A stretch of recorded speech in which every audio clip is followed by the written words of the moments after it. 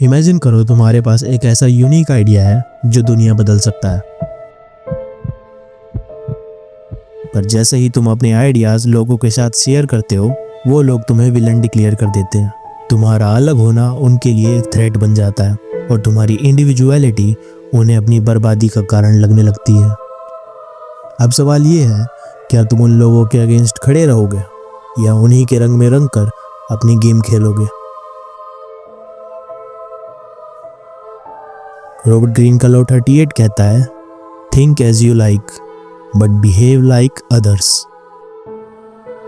यानी तुम्हें जितना यूनिक बनना है बनो, जितना यूनिक सोचना है सोचो, लेकिन लोगों के साथ बिहेव वैसा करो जैसा वो चाहते हैं।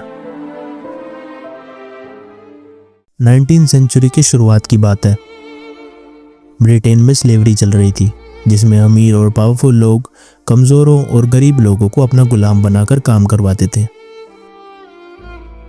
कुछ लोग, जिन्हें रिफॉर्मर्स कहा जाता था, उस स्लेवरी को खत्म करना चाहते थे क्योंकि उनका मानना था कि ये गलत और इंसानियत के खिलाफ है। लेकिन एक बड़ी प्रॉब्लम ये थी कि जो लोग गुलाम रखते थे वो बड़े बड़े लैंड ओनर्स और बिजनेसमैन थे, और उनका एक पावरफुल ग्रुप था जिनसे डायरेक्टली भिड़ना इतना आसान नहीं था। और दूसरी प्रॉब्लम ये थी, उस टाइम सोसाइटी के लोग भी स्लेवरी को गलत नहीं मानते थे।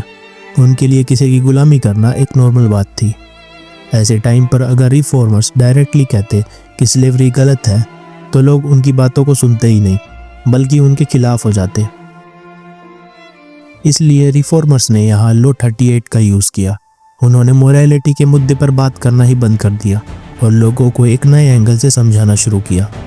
उन्होंने बोला कि अगर स्लेवरी ख़त्म होती है तो इकोनॉमी को फ़ायदा होगा। उन्होंने समझाया कि अगर सभी लोग फ्री होकर इंडिपेंडेंटली काम करेंगे तो लोगों की प्रोडक्टिविटी और ज़्यादा बढ़ जाएगी और ब्रिटिश इकोनॉमी और तेज़ी से ग्रो होगी। उनका ये प्रैक्टिकल अप्रोच लोगों को समझ आया। पब्लिक ने सोचा, हाँ, अगर स्लेवरी ख़त्म होने से हमारा फ़ायदा है तो इसमें बुराई क्या है। धीरे धीरे पब्लिक ओपिनियन स्लेवरी के खिलाफ होने लगा। जब लोग रिफॉर्मर्स के सपोर्ट में आने लगे तो गवर्नमेंट के पास स्लेवरी ख़त्म करने के अलावा और कोई ऑप्शन ही नहीं बचा। ये पूरा प्रोसेस ये दिखाता है कि कैसे रिफॉर्मर्स ने अपनी असली मोरल बिलीफ्स को लोगों के ऊपर थोपा नहीं, बल्कि लोगों को उनकी सोच और एक्सपेक्टेशन के हिसाब से समझाया। लॉ 38 भी यही सिखाता है कि दुनिया में अपने यूनिक थॉट्स और बिलीव्स को डायरेक्टली शेयर करना आपके लिए डेंजरस हो सकता है, क्योंकि इस दुनिया में हर कोई अपनी सोच और वैल्यू को प्रोटेक्ट करना चाहता है। अगर तुम्हारे आइडियाज़ उनसे अलग या उनके विरोध में हैं, तो लोग तुम्हें एक थ्रेट की तरह देखना शुरू कर देंगे। अगर तुम अपने ओपिनियंस या बिलीव्स को एग्रेसिवली प्रमोट करते हो तो चांसेस है कि लोग इनसिक्योर फील करेंगे और तुम्हारे अगेंस्ट हो जाएंगे, क्योंकि यहाँ हर कोई अपने कंफर्ट जोन को प्रोटेक्ट करने के लिए नेचुरली डिफेंसिव होता है। इस लॉ का एसेंस ये है कि तुम अपनी ओरिजिनलिटी को संभाल कर रखो, पर दुनिया के सामने वही चीज़ें दिखाओ जो वो एक्सेप्ट कर सकते हैं। फॉर एग्जाम्पल, अगर एक नास्तिक इंसान अपने बिलीव्स को ओपनली और डायरेक्टली दिखाएगा, जैसे किसी रिलीजियस गैदरिंग में जाके बोल देना कि भगवान होते ही नहीं है, तो ऑब्वियस है कि धार्मिक लोग उसे अपना दुश्मन मानने लगेंगे, क्योंकि उसकी ये बोल्ड सोच लोगों के डीपली रूटेड बिलीफ और फेथ को चैलेंज करती है। इसलिए रॉबर्ट ग्रीन कहते हैं कि अपने यूनिक आइडियाज़ हर जगह शेयर मत करो। अपने आइडियाज़ उन लोगों के साथ शेयर करो जो उन आइडियाज़ को सुनने की कैपेसिटी रखते हैं। इस नास्तिक वाले केस में आप अपने आइडियाज़ को ऐसे ग्रुप में शेयर कर सकते हो जो आपकी बात सुनने के लिए रेडी है, जैसे कि क्यूरियस और लॉजिकल लोगों का ग्रुप जिन्हें हर चीज़ को क्वेश्चन करना अच्छा लगता है। सोशल मीडिया पर भी अगर तुम ओपनली कंट्रोवर्शियल ओपिनियन देते हो तो लोग तुम्हें कैंसिल कल्चर का शिकार बना देंगे। फॉर एग्जाम्पल, अभी कुछ दिन पहले ध्रुव राठी बीजेपी के खिलाफ एक तरफा वीडियोस बना रहा था, इसलिए मैक्सिमम लोग आज ध्रुव राठी को एक बायस्ड कंटेंट क्रिएटर समझते हैं।